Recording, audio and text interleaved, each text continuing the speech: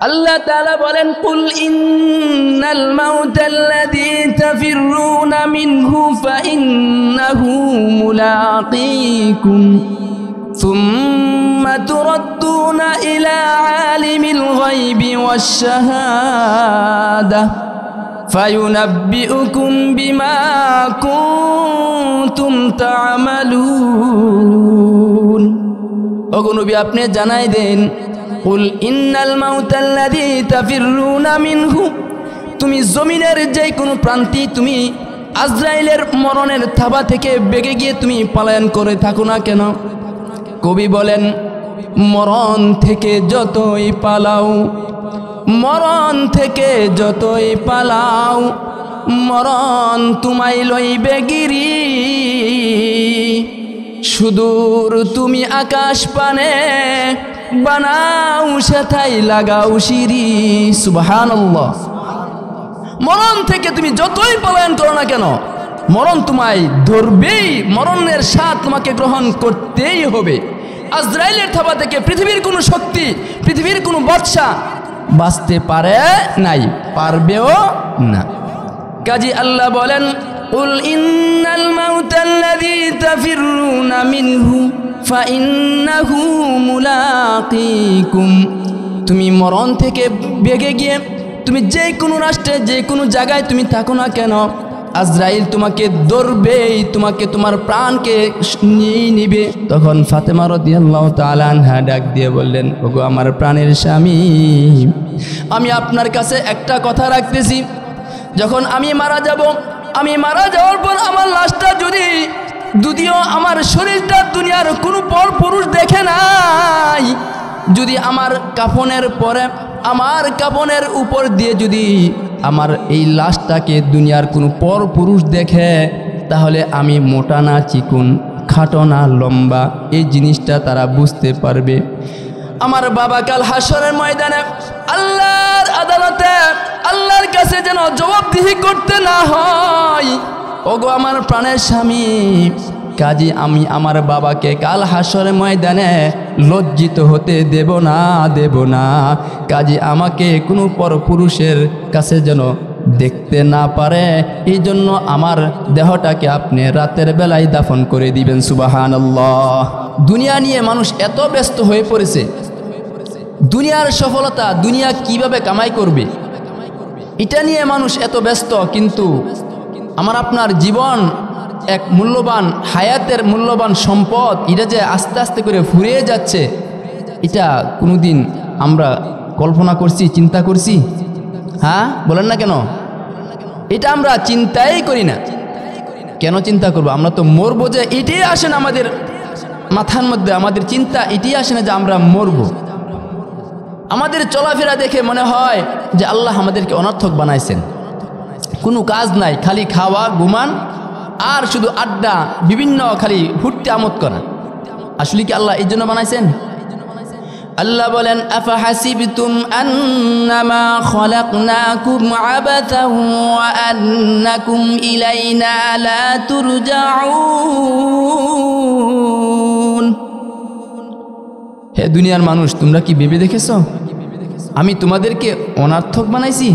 আফাহাসিবতুম, তোমরা কি মনে করো, আন্নামা খলাকনাকুম আবাতাও, যে আমি তোমাদেরকে অনর্থক বানাইছি? আল্লাহ বলেন, না, অনর্থক না। তোমরা কেন, আকাশ জমিন এই ভূগর্ভে যা কিছু আছে কোনো কিছুই আমি অনর্থক বানাইনি। ওয়ামা খলাকনাস সামাআ ওয়াল আরদা ওয়ামা বাইনাহুমা বাতিলা। আল্লাহ বলেন, আসমান জমিন এর মাঝখানে যা কিছু আছে আমি কোনো কিছুই অনর্থক সৃষ্টি করিনি। এখন প্রশ্ন জাগে, কেন বানাইলেন? আল্লাহ আবার তার উত্তর দিতেছেন, ওয়ামা খলাকতুল জিন্না ওয়াল ইনসা ইল্লা লিয়াবুদুন।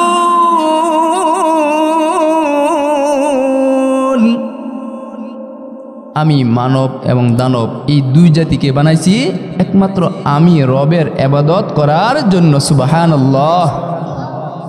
কিসের জন্য বানাইছেন?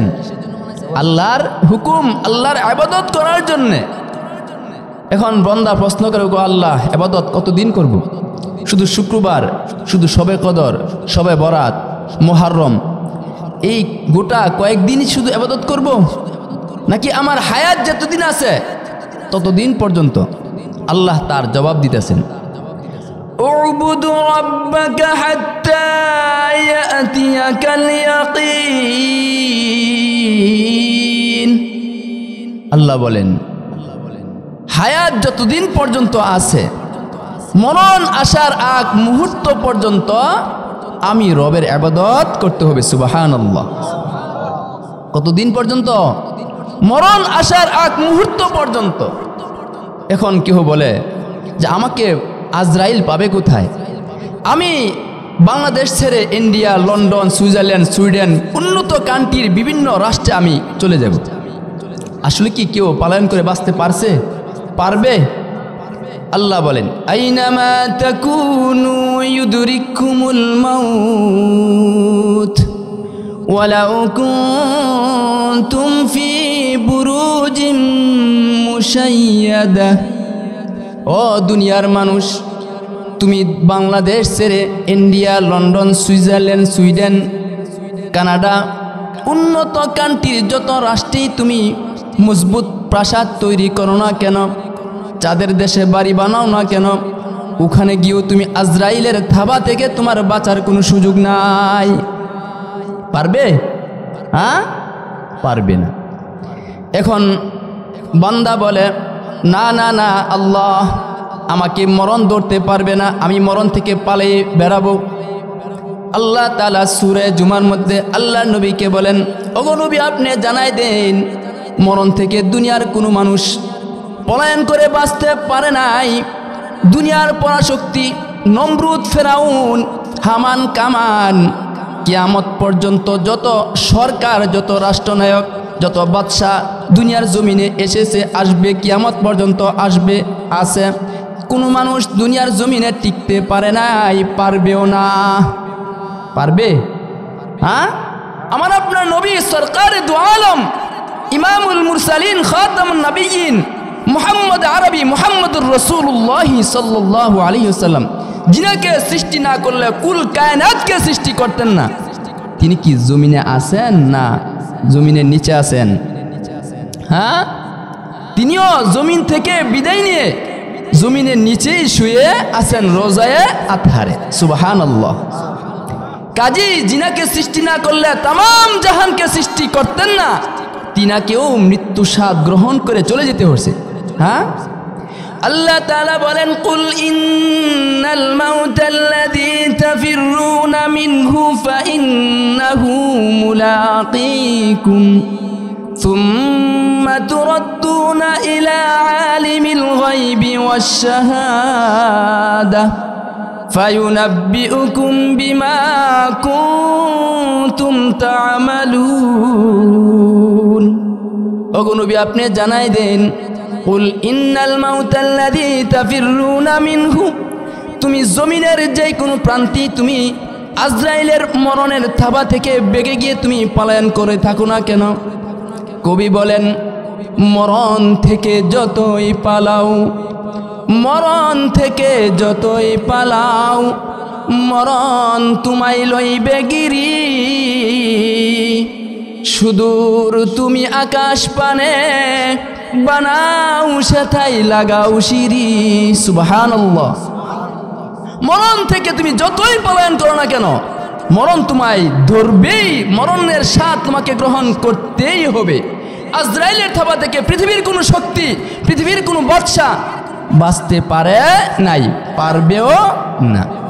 কাজী আল্লাহ বলেন, কুল ইন্নাল মাউতাল্লাযী তাফিররুনা মিনহু ফাইন্নাহু মুলাকীকুম, তুমি মরণ থেকে বেগে গিয়ে তুমি যে কোনো রাষ্ট্রে, যে কোনো জায়গায় তুমি থাকো না কেন, আজরাইল তোমাকে ধরবেই, তোমাকে, তোমার প্রাণকে নিয়ে নিবে। সুবহানাল্লাহ। হ্যাঁ, আমরা কি পেলাম এই আলোচনার মাধ্যমে? আমাদেরকে দুনিয়াতে থাকার কোনো সুযোগ নাই, চলে যেতে হবে। কোথায় যাব? কবরে। আমাদের প্রথম গাঠি কোথায়? কবর। কবর নামক সেই ছোট্ট ছোট্ট একটি কুঠুরি, ছোট্ট একটি ঘরের ভিতরে আমাকে আপনাকে সকলকে যেতে হবে। থাকার কোনো সুযোগ আছে? ইচ্ছা করলেও থাকতে পারবে না, থাকার কোনো সুযোগ নাই। কাজী আমি আমার এই ছোট্ট জীবনে 60-70 বছরের জিন্দেগিতে আমি আমার নিজের জীবনটাকে সুন্দর করার জন্য, শরীরটাকে সুন্দর রাখার জন্য কত না মেডিসিন ব্যবহার করলাম। হ্যাঁ, আবার আমি চিন্তা করি যে আমার সুন্দর দেহটা, যৌবনটাকে ধরে রাখার জন্য আমি কত কিছু করতেছি, কিন্তু আবার আমার বাড়িটাকে সুন্দর করে সাজানোর জন্য উন্নত কোম্পানির সিমেন্ট, বালু, কি রড, এইগুলো আমি কত না কিছু ব্যবহার করতেছি। কিন্তু আমার একটা ছোট্ট একটি ঘর আছে, কবর নামক সেই ঘরে কি যাওয়ার জন্য আমি কি কোনোদিন চিন্তা করছিলাম? হ্যাঁ, এই জন্য আল্লাহ বলেন, না বান্দা, আমার কাছে আসতেই হবে, তোর থাকার কোনো সুযোগ নাই।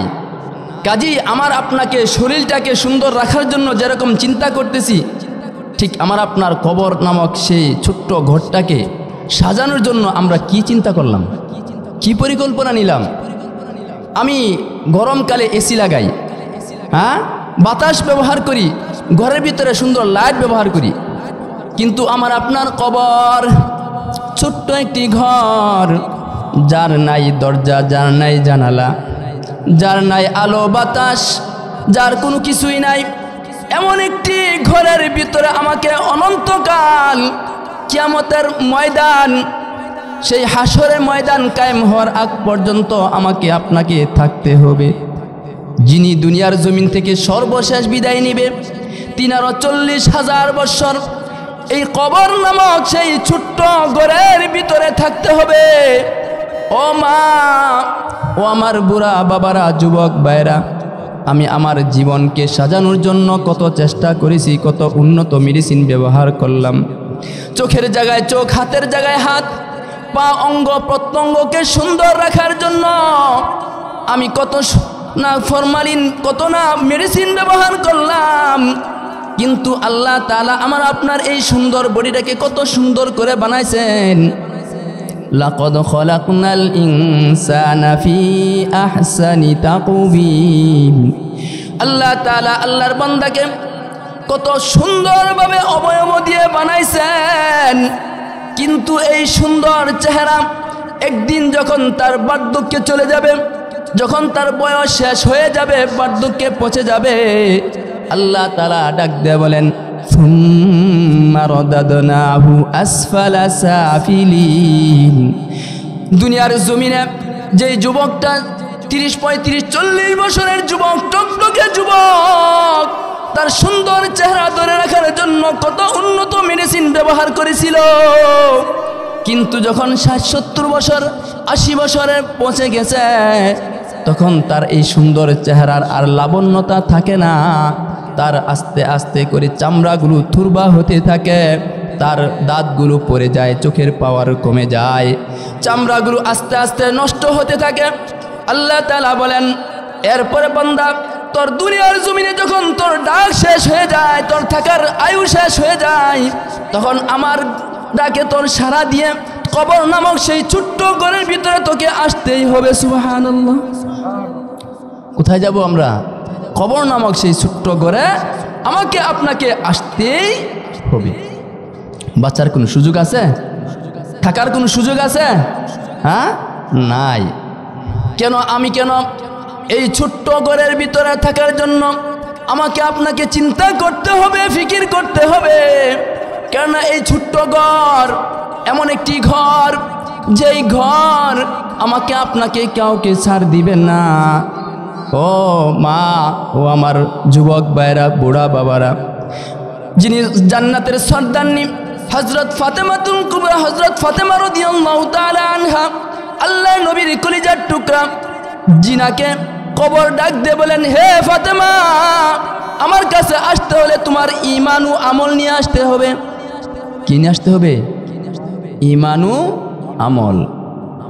একদিনের ঘটনা, হযরত ফাতেমা রাদিয়াল্লাহু তাআলা আনহা আলী রাদিয়াল্লাহু তাআলা আনহুর সাথে রমজানুল মুবারকে সেহরি খাওয়ার পর যখন রমজানুল মুবারকে সেহরি খাওয়ার পর ফাতেমা রাদিয়াল্লাহু তাআলা আনহা তিনি ফজরের নামাজ জায়নামাজ বিছায়া পড়তে লাগলেন। ইতিমধ্যে হযরত আলী রাদিয়াল্লাহু তাআলা আনহু তিনিও ফজরের নামাজ মসজিদে গিয়ে জামাতে পড়ার জন্য তিনি চলে গেলেন। মসজিদে যাওয়ার পর ফজরের নামাজ শেষ, যথারীতি সময়ে যখন শেষ হয়ে গেল, শেষ হয়ে যাওয়ার পর আলী রাদিয়াল্লাহু তাআলা আনহু তিনার বাড়িতে চলে আসলেন। চলে আসার পর দৈনন্দিন যেই জীবনের প্রতিদিনের ঘটনা, তিনি ফাতেমাকে দেখতেন তিনি জায়নামাজের মধ্যে তাসবিহ তাহলিলগুলো আদায় করে তিনি এশাক নামাজ পড়ে তিনি জায়নামাজ থেকে উঠতেন। ফাতেমা রাদিয়াল্লাহু তাআলা আনহাকে সেদিন খুঁজতে খুঁজতে পাক ঘরে গিয়ে দেখেন তিনি কি যেন করতেছেন। আল্লাহর নবীর সেই প্রিয় সাহাবী আবু হযরত আলী রাদিয়াল্লাহু তাআলা আনহু ডাক দিয়ে বলেন, হে ফাতেমা, তুমি এই সময় তোমার শরীরটা তো প্রচণ্ড জ্বর, এই জ্বর নিয়ে তুমি কি কাজ করতেছ? আমি তো তোমাকে কোনোদিন এশাক না পড়ে তোমাকে দেখি নাই উঠতে, এখন তুমি কি করতেছ? ফাতেমা রাদিয়াল্লাহু তাআলা আনহা আলী রাদিয়াল্লাহু তাআলা আনহুকে ডাক দিয়ে বললেন, ওগো আমার প্রাণের স্বামী, রাতের বেলায় আমার ঘরে স্বপ্ন যুগে আল্লাহর নবী আমার পিতা আসলেন।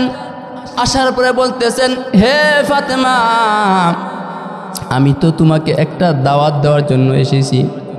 সেটা হলো তুমি রমজানুল মুবারকে তোমার স্বামীর সাথে সেহরি খেয়েছ। আজকে তোমাকে আমি দাওয়াত দেওয়ার জন্য এসেছি যে আজকের ইফতারটা তুমি জান্নাতের দস্তরখানার মধ্যে আমার সাথে ইফতার করবে। সুবহানাল্লাহ। আমি এই স্বপ্ন দেখার পরে আমি তো বুঝতে পারলাম দুনিয়ার জমিনে আমার থাকার কোনো সুযোগ নাই, কাজে আমাকে চলে যেতে হবে। ওগো আমার প্রাণের স্বামী, কাজে আপনার সাংসারিক জীবনে যেই কাজগুলো আছে এইগুলো করার জন্য আমি ব্যতিব্যস্ত হয়ে উঠেছি। এই কথা শোনার পর হযরত আলী রাদিয়াল্লাহু তাআলা আনহু আম্মাজান হযরত ফাতেমা রাদিয়াল্লাহু তাআলা আনহাকে জড়িয়ে ধরে তিনি কাঁদতে লাগলেন। দুজন কাঁদে, আলী রাদিয়াল্লাহু তাআলা আনহু এবং ফাতেমা রাদিয়াল্লাহু তাআলা আনহা কাঁদতে লাগলেন। কাঁদতে কাঁদতে এক সময় তিনার দুইটা সন্তান হাসান হুসাইন দূর থেকে কান্নার আওয়াজ শুনে মা বাবার কাছে দৌড়িয়ে আসলেন। আসার পর বলতেছেন, ওগো আমার বাবা মা, তোমরা কাঁদতেছো কেন? হাসান হুসাইনের এই ডাক শুনে হযরত ফাতেমা রাদিয়াল্লাহু তাআলা আনহা ডাক দিয়ে বললেন, ওগো আমার সন্তানেরা, তোমরা একটু তোমার নানা জানের কাছে চলে যাও, তোমার নানা জানের কাছে চলে যাও। আল্লাহর নবীর সেই দুই নাতি হযরত হাসান হুসাইন যখন নানার কবরে চলে গেলেন, নানার কবরের কাছে যাওয়ার পর আল্লাহর নবী কবরে থেকে ডাক দিয়ে বললেন, হে হাসান হুসাইন, এই সময় তোমরা আমার কবরে কি করতেছ? তোমরা তো এই সময় এখানে থাকার কথা না। হাসান হুসাইন ডাক দিয়ে বললেন, ওগো আমার নানা, আমার মা আপনার কাছে পাঠায় দিলেন যাতে করে আপনার সাথে কথা বলতে পারি।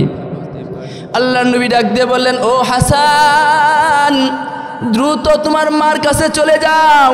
আজকের পরে তোমরা তোমার মা বাবাকে, তোমার মাকে আর পাবে না। আজকের পরে তোমরা তোমার মাকে পাবে না। তোমরা তোমার মার দিকে তাকিয়ে থাকো। আজকের পরে আর তোমরা তোমার মাকে পাবে না। তখন এই কথা বলার সঙ্গে সঙ্গে হাসান হুসাইন দৌড়ে এসে মা বাবাকে দেখতে লাগলেন। তারা কাঁদতেছে আর কাঁদতেছে। হাসান হুসাইন ডাকতে বললেন, ও আমার মা, ওগো আমার বাবা, তোমরা তো বলেছিলে নানা জানের কাছে চলে যেতে, আমাদের কাছে তোমরা গোপন করেছ। নানা তো বলছে আমার মা এই দুনিয়ার জমিনে আর থাকবে না। এই কথা বলার পরে হযরত ফাতেমা রাদিয়াল্লাহু তাআলা আনহা কাঁদতেছিলেন। এই কথার মাঝখানে যখন জোহরের নামাজের সময় হয়ে গেল, জোহরের নামাজ পড়লেন। জোহরের নামাজ পড়ার পর তিনার জ্বর আরও বেড়ে গেল। বেড়ে যাওয়ার পর হযরত ফাতেমা রাদিয়াল্লাহু তাআলা আনহা ডাক দিয়ে বললেন, বাবা তোমার বাবাকে ডেকে আনো, আমি তার সাথে কিছু কথা বলবো। হাসান হুসেন তার বাবাকে ডাক দিয়ে আনলেন। আনার পর হযরত আলী রাদিয়াল্লাহু তাআলা আনহু যখন ফাতেমার কাছে আসলেন, ফাতেমার কাছে আসার পর ফাতেমা আলীকে দেখে বলতেছেন, ওগো আমার প্রাণের স্বামী, মনে হয় আমি বেলা ডুবার আগে চলে যাব, কেননা আমার বাবার সাথে আমার ইফতার করতে হবে। আপনার কাছে আমি প্রথম কথা হলো, আমি আপনার সাংসারিক জীবনে বধূ বউ হয়ে আপনার কাছে এসেছিলাম, আপনার হক আমি আদায় করতে পারি নাই, কাজী আমাকে আপনি ক্ষমা করে দিবেন। কি বলে? আমি আপনার হক আদায় করতে পারি নাই, কাজী আমাকে আপনি ক্ষমা করে দিবেন। 2 নম্বর কথা হলো, আমি যখন মারা যাব, আমি মারা যাওয়ার পর আমার লাশটাকে রাতের বেলায় দাফন করে দিবেন। দুনিয়ার কোনো পর পুরুষ যেন আমার জানাজায় আসতে না পারে, আমার লাশটা যেন দেখতে না পারে। এই কথা বলার সঙ্গে সঙ্গে হযরত আলী রাদিয়াল্লাহু তাআলা আনহু ডাক দিয়ে বললেন, ও ফাতেমা, দুনিয়ার জমিনে আল্লাহ এবং আল্লাহ রাসূলের পরে আমি তোমাকেই সবচেয়ে বেশি ভালোবেসেছিলাম। আমি আমার আল্লাহ এবং আল্লাহ রাসূলের পরে আমি আমার কলিজাটা দিয়ে তোমাকেই সবচেয়ে বেশি ভালোবেসেছিলাম। হয়ে ফাতেমা, তুমি আমার উপযুক্ত ছিলে না, আমি তোমার উপযুক্ত ছিলাম না।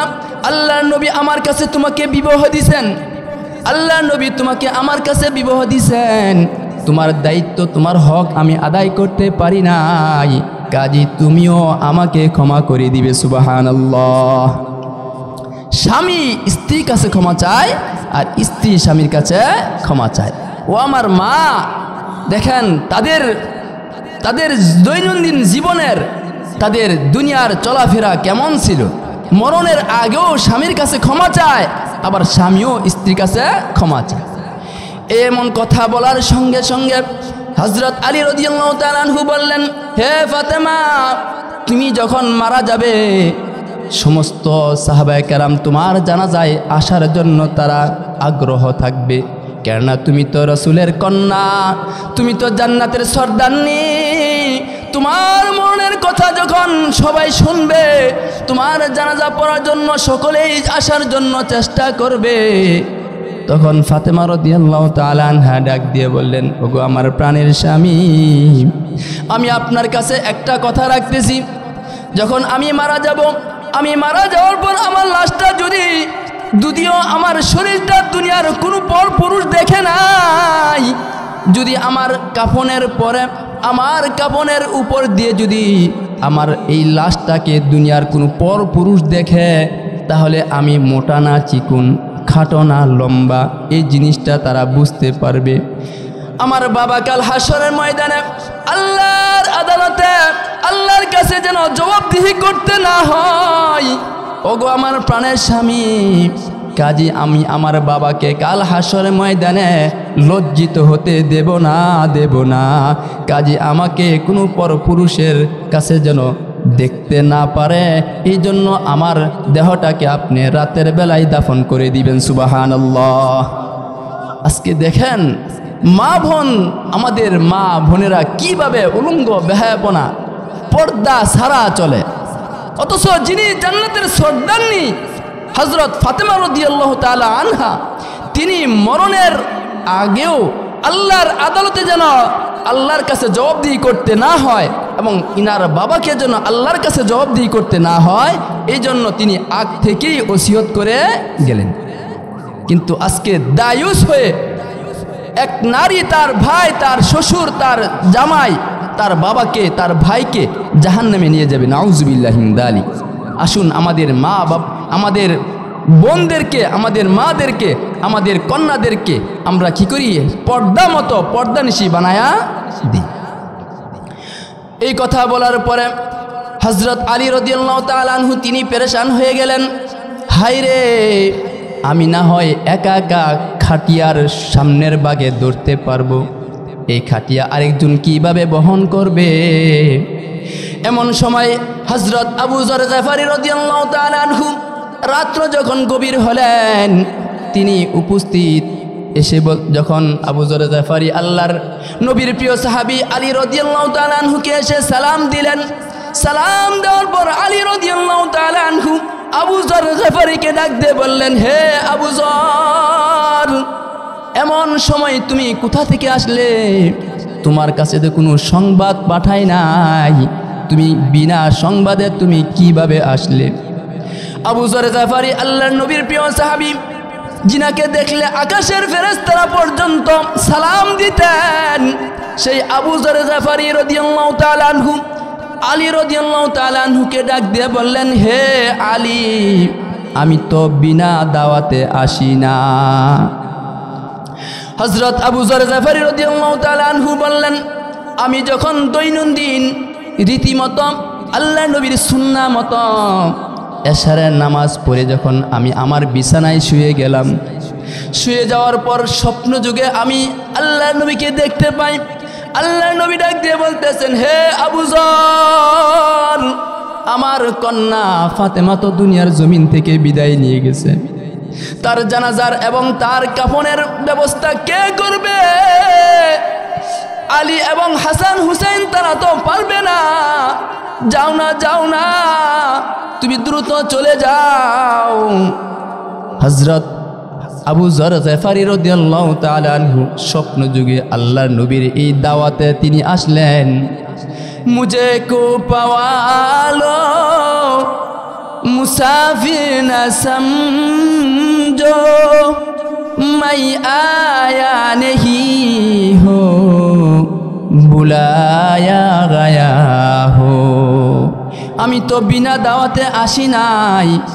হযরত আবু যর গফারি রাদিয়াল্লাহু তাআলা আনহু আল্লাহর নবীর স্বপ্ন যুগের কথা শুনিয়া আল্লাহর নবীর নির্দেশে তিনি আসলেন। আবু যর গফারি এবং আলী রাদিয়াল্লাহু তাআলা আনহু রাতের ভিতরেই হযরত ফাতেমা রাদিয়াল্লাহু তাআলা আনহার সেই লাশটাকে কাফন এবং দাফন করে দিবেন। জানাজা নামাজ শেষ করলেন। জানাজা নামাজের পরে কবরে তার লাশটা রাখা হবে। ফাতেমা রাদিয়াল্লাহু তাআলা আনহার লাশটা যখন রাখবেন, আবু যর গফারি কবরকে ডাক দিয়ে বলতেছেন, হে কবর, তুই তো তোর একটা স্বভাব হলো, তোর একটা খাসলত হলো, তোর কাছে যা কি রাখা হয় তুই এক পাশের পাজর আরেক পাশে তুই এইভাবে ঢুকাই দেস। আরেকটা স্বভাব হলো তুই কাউকে ছাড়স না। তোর যত শক্তি আছে তুই শক্তি দিয়ে কবরে তুই তার রসটা পর্যন্ত তুই তার সাথে ব্যবহার বেয়াদবি করস। হে আবু যর গফারি ডাক দিয়ে বললেন, হে কবর, তোর কাছে এমন একটা ব্যক্তিকে রাখা হইতেছে যিনি নাকি জান্নাতের সর্দারনি। হে কবর, তোর কাছে এমন এক লাশকে রাখা হইতেছে যিনি আল্লাহর নবীর কলিজার টুকরা হযরত ফাতেমা রাদিয়াল্লাহু তাআলা আনহা। হে কবর, তোর কাছে তো হাসান হুসাইনের মাকে রাখা হইবে। হে কবর, তোর কাছে তো আলী রাদিয়াল্লাহু তাআলা আনহুর স্ত্রীকে রাখা হবে। সাবধান, সাবধান, সাবধান, তুই তার সাথে বেদবি করবি না, বেদবি করবি না। কবরের মুখ আল্লাহ তাআলা জবান খুলে দিলেন, কেননা সূরা জিলজালের মধ্যে আল্লাহ তাআলা বলেন, ইয়াউমা ইযি ইয়াসদুরুন নাসু আশতাদাল ইয়াউমা ইযিন তুহাদ্দিসু আখবারাহা বিআন্না রাব্বাকা আওহা লাহা। কাল হাসর ময়দানে এই মাটি আমার আপনার বিরুদ্ধে মামলা দায়ের করবে। এই জমিনকে আল্লাহ তাআলা এক্সট্রা পাওয়ার দিবেন, যার কারণে জমিনের ভূগর্ভে জমিনের কলজার মধ্যে বসে বসে আমরা কি নাফরমানি করেছি আর কি আল্লাহর হুকুম পালন করছি। এই জমিন সেদিন আল্লাহর আদালতে ভালো এবং মন্দ দুটার সাক্ষী দিবে। সুবহানাল্লাহ, দুটার সাক্ষী দিবে। এই জমিনের আল্লাহ তাআলা এমন বাকশক্তি দিবেন যার কারণে এই কবরের জবানকে খুলে দিলেন। কবর এবার ডাক দিয়ে বলতেছেন, আনা বাইতুদ্দুর, আনা বাইতুল ওয়াহদা, আনা বাইতুত তুরাব, আনা বাইতুল গুরফা। হে আবু যর, আমি হলাম একাকিত্বের ঘর, আমি হলাম অন্ধকার ঘর, আমি হলাম সাপ বিচ্ছুর ঘর। আমি হলাম এক কঠিন ঘর। কাজী আমার কাছে আসতে হলে আমল নিয়ে, ঈমান নিয়ে আসতে হবে। আমি ফাতেমাকে তা চিনি না, আমি হাসান হুসাইনের মাকে তা চিনি না, আমি আল্লাহর নবীর কলিজার টুকরা ফাতেমা কিনা এটাও আমার কাছে পরিচয় চলবে না, আমি আমার কাছে আলীর স্ত্রী কিনা এটাও পরিচয় দিলে চলবে না, দুনিয়ার কোনো রাজা বাদশাহ, দুনিয়ার কোনো পরিচয় আমার কাছে দিলে চলবে না। আমার কাছে একটাই পরিচয়, তা হলো ঈমানু আমল। সুবহানাল্লাহ। ও মা, ও আমার যুবক ভাইরা, পর্দারের মা বোনেরা, ও আমার বুড়া বাবারা, যদি জান্নাতের সর্দারনি ফাতেমার বেলায় যদি কবর এই কথা বলে, আমার আপনার জিন্দেগিতে আমরা কবরের জন্য কতটুকু সামান ব্যবহার করলাম, কতটুকু প্রস্তুতি নিলাম, আমরা কতটুকু প্রস্তুতি নিলাম? আমাদের বেলায় কবর কি বলবে? যদি জান্নাতের সর্দারনির বেলায় যদি এই কথা বলে কবর, তাহলে আমাকে আপনাকে কবর কি সার দিবে?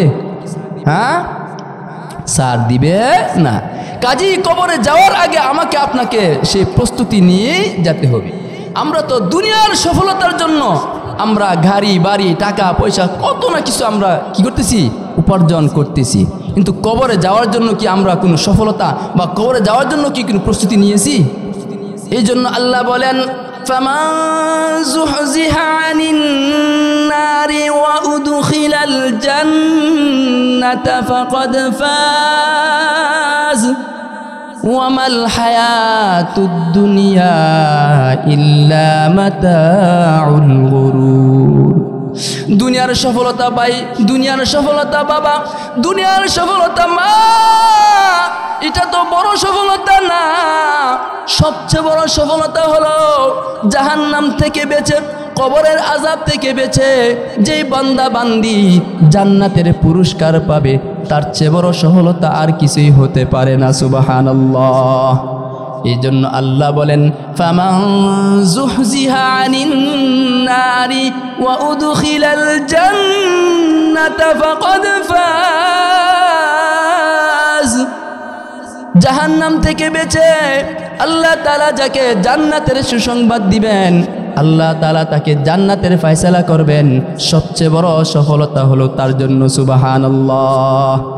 কাজী আসুন আমরা সকলেই জাহান্নাম থেকে বাঁচার জন্য জান্নাতে কিভাবে যেতে পারি, কবরের শাস্তি থেকে আমরা কিভাবে বাঁচতে পারি, এই ফিকির নিয়ে আমরা যেন সকলেই আল্লাহর হুকুম রাসূলের সুন্নাহ মতো চলতে পারি।